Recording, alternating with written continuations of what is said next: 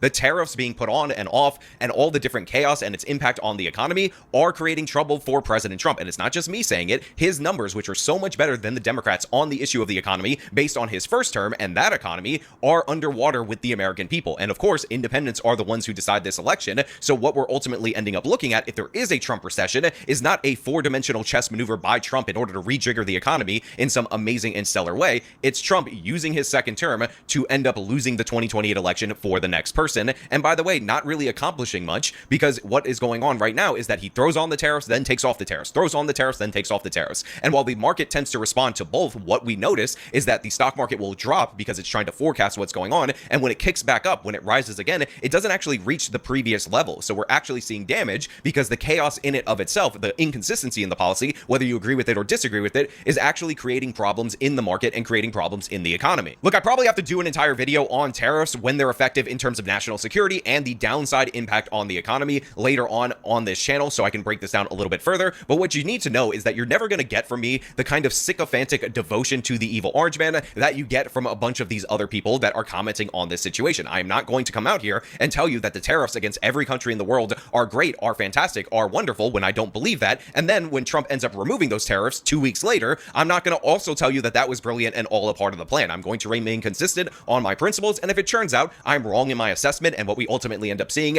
is a tariffed economy roaring just like his first term, then I will come out here and admit that I was wrong. But the fact is, what's going on right now is chaotic, and part of the reason why there's so much chaos is because the president really shouldn't have this authority that he's exercising in order to tariff every country in the world. The emergency... These are good points. So I know Sean Fitzgerald is a conservative. He's very critical of the Democratic Party. He probably votes Republican.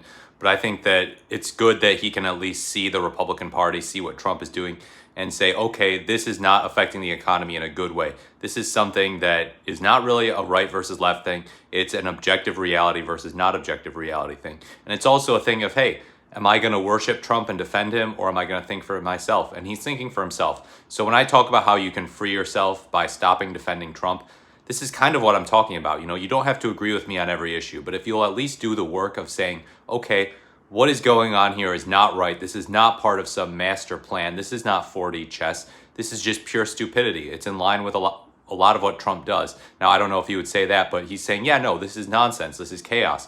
And it's hurting the stock market in the long run. Even if we see some bumps when he pushes back on the tariffs and says, oh, never mind. It's insane. It's fickle. It's delusional nonsense. So this is good to hear. I don't agree with Actual Justice Warrior on a lot. He calls AOC a communist. He's far too deferential to Trump, I would say. And I think that he doesn't cover Trump a lot for a reason. And probably the reason is that it's actually really hard to defend him. You know, he talks about a lot of state and local politics issues, which is totally fine. You can talk about what you want to talk about. Because if he talked about Trump more, he would be in a really awkward and uncomfortable position, because Trump is so hard to defend, especially now that he's in office. But yeah, tariffs and what they're doing to the stock market, not a good thing. Glad that he recognizes this. Like, comment, or subscribe to the channel. This is the Morris the Merrier. Thank you for watching.